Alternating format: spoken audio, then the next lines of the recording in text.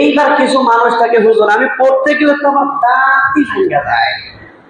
আসে না কিছু মানুষ? অনেক মুরব্বী আছে দেখবেন পড়তে খুব সুন্দরভাবে যে পারে তা কিন্তু না, ভাঙ্গা ভাঙ্গা গলায় পড়তেছে। ফা জবর ফা, আইন জবর আ, ফা আ, লাম জবর লা, ফা আ লা। এইভাবে পড়ে। অনেক মা বোন আছেন না, মুরব্বী চাচিরা আছেন না, দাদি নানি আছেন না, তাদের এত সময় লাগে কেন? একটা বানান করে ওইটা মনে রাখতে হবে, পরেরটাকে ধরতে হবে, ধরে আবার একসাথে অ্যাডজাস্ট করতে হবে। এইটা ওনারা পারেন না, কষ্ট হয়ে যায়, কষ্ট হয়ে যায়। এই জন্য কি করে তিনি ভেঙ্গে ভেঙ্গে সময় নিয়ে পড়েন। এই যে কষ্ট হয়, এই কষ্টের জন্য কি তার ক্ষতি হয়? জোরে বলেন, ক্ষতি হয় কিনা? তো এই কষ্ট যখন 10 দিন করবে, 10 দিন করতে গেলে ওই পড়াটা তার ক্লিয়ার হয়ে যাবে, অথবা 20 দিনের দিন ক্লিয়ার হয়ে যাবে। এখন যদি কোনো মুরব্বী বাবা আপনি যদি কোরআন পড়া শুরু করেন, আপনিও দেখবেন আপনার মনেও থাকতে চাবে না, আপনার জিহ্বাও সাড়া দিচ্ছে না, কিন্তু আপনি যখনই লেগে থাকবেন একটা সময় আপনিও কোরআনে কারীম তেলাওয়াত করতে পারবেন, ঠিক না? কিন্তু একটু লেগে থাকতে হবে। আপনি একদিন পারলেন না, মিস্টার ইংলিশ মনের ভিতরে কাজ করে, আরে এত কষ্ট এই বয়সে, এইটা কি সম্ভব? তোমাকে দেয়া হবে না, তুমি তো চোখেই দেখো না, তুমি তো মনেই রাখতে পারো না। এটা আপনার মনের ভিতরে এই কুমন্ত্রণা কে দিবে? Mister English. যখন এই কুমন্ত্রণায় আপনি ধরা পড়ে গিয়েছেন, এই জানে আপনি আর কোরআনের কাছে আপনি থাকতে পারবেন না।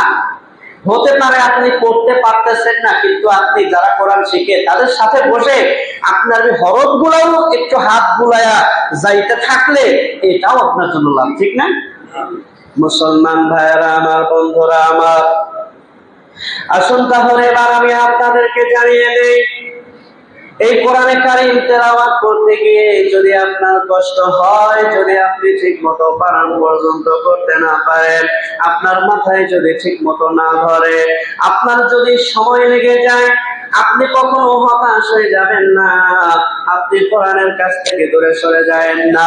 যখন আপনার মনে হয়ে যাবে এত কষ্ট কোরআন তেলাওয়াত করা, আমি তো এটা করতে পারবো না, আমি আপনাকে একটি হাদিস শোনায় দেই। এই হাদিসটা আপনি এই কথা মনে করার আগে আপনি মনে রাখবেন, রাসূল নবী সাল্লাল্লাহু আলাইহি ওয়াসাল্লামের সর্বকনিষ্ঠ স্ত্রী আম্মা জান হযরত আয়েশা রাদিয়াল্লাহু তাআলা আনহা নবীজির থেকে একটি হাদিস বর্ণনা করেছেন। নবীজি সাল্লাল্লাহু আলাইহি ওয়াসাল্লাম বলেছেন, আল মাহিরু বিল কুরআন মা আস-সাফারাতিল কিরামিল বারারা। নবী আমার বলেছেন, যে ব্যক্তি কোরআন পাঠে অভিজ্ঞ, কোরআন খুব ভালো তেলাওয়াত করে, খুব ভালো বোঝে, ওই ব্যক্তি পরকালের ময়দানে, পরকালে আল্লাহ রাব্বুল আলামিনের যে সমস্ত ফেরেশতারা খুবই সম্মানিত, যে সমস্ত ফেরেশতারা খুবই লেখালেখি করে, আল্লাহ তাআলার দায়িত্ব নিয়ে যারা লেখালেখি করে, সম্মানিত ফেরেশতা, আল্লাহ রাব্বুল আলামিনের অনুগত ফেরেশতা, এই সমস্ত ফেরেশতাদের সাথে ওই ব্যক্তি কিয়ামতের পরে থাকবে, যে কিনা কোরআন পাঠে খুবই অভিজ্ঞ ব্যক্তি। সুবহানাল্লাহ।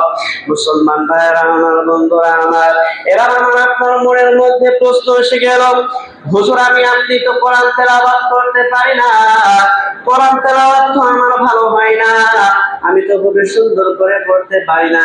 যারা সুন্দর করে পড়বে, সম্মানিত ফেরেশতাদের সাথে তারা থাকবে।